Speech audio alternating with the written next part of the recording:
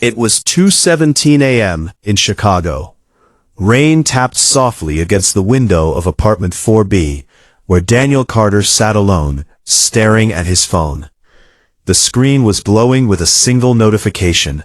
One new voice message. It had been sitting there for 3 hours. Daniel hadn't opened it yet. Not because he was busy, but because he was scared. The sender's name made his chest tighten.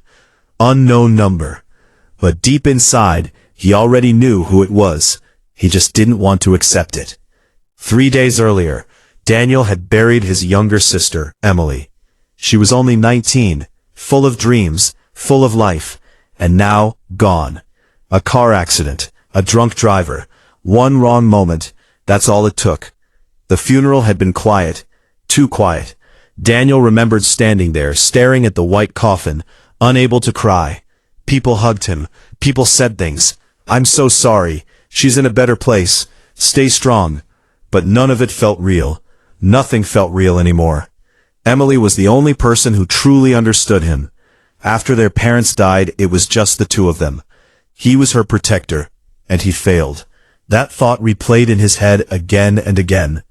Back to the present. 2:17 a.m. The voice message still waiting. Daniel finally picked up his phone. His hands trembled. He whispered to himself, "It's probably nothing, just spam." But his heart knew better. The message. For a moment, silence. Then, "Hey, Danny." His breath stopped. It was Emily. Her voice. Soft, warm, alive. Daniel dropped the phone. No, this isn't real. His heart started racing. He picked it up again, pressing it against his ear like it was the last connection to her. "If you're hearing this," her voice cracked slightly, "then I guess I didn't make it." Daniel's eyes filled instantly. Tears he had been holding back for days finally broke free. "I know you're blaming yourself." He shook his head violently. "No, Emily, no." "But Danny, it wasn't your fault." Her voice felt like a hug. A warm, impossible hug from beyond. Flashback hit him hard. That night. The argument. "Don't go out tonight, Em. It's late." "I'll be fine, Danny. Stop treating me like a kid." "You don't understand. It's not safe." "Then come with me." "I have work early." "Whatever. I'll just go alone." She slammed the door. That was the last time he saw her alive. Back to the message. "I'm sorry for leaving like that." Daniel collapsed onto the floor. "I'm sorry too," he whispered. "You always tried to protect me." Her voice trembled. "But you can't control everything." The rain outside grew heavier. Like the world itself was mourning. "Do you remember what you told me when Mom died?" Daniel closed his eyes. He remembered. "Even if everything falls apart, we keep going." A faint smile appeared through his tears. "It's your turn now, Danny." The message paused, static.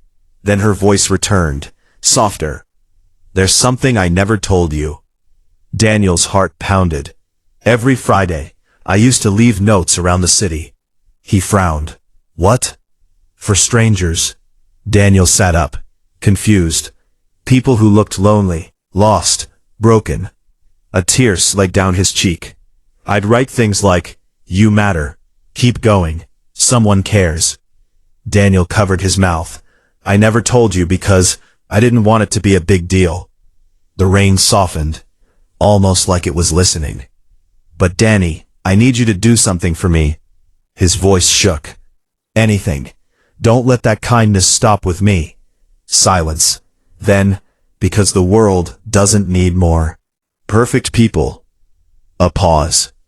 "It needs more people who care." The message ended. Daniel stared at the screen. Time stopped. Everything stopped. For the first time since her death, he didn't feel empty. He felt something else. Purpose. The next morning, Chicago looked different. The same streets, the same noise, But Daniel saw something he hadn't noticed before. People. Real people. Carrying invisible pain. At a bus stop, a man sat alone, staring at the ground. Daniel hesitated, then walked over. He pulled out a small piece of paper, wrote something, and handed it to him. The man looked confused, then read it. "You're stronger than you think." The man's eyes filled with tears. He looked up. But Daniel was already walking away. One note turned into two, two into 10, 10 into hundreds. Days turned into weeks, weeks into months. Daniel started a quiet movement. No name, no fame, just kindness. People began finding notes everywhere, on benches, in coffee shops, on train seats. Social media picked it up. People called it the Invisible Kindness Project. No one knew who started it, but it spread. Across cities, across states, across countries. One night, Daniel sat in his apartment again, rain tapping against the window, just like before. But this time, he wasn't alone. Not really. He played the voice message again. "Don't let that kindness stop with me." He smiled through his tears. "I won't, Em. I promise." He looked at his phone, opened his notes app, and typed, "Even in your darkest moment, you are not alone." He grabbed his jacket, stepped outside, into the rain. And somewhere, in a quiet, unseen way, Emily was still changing the world.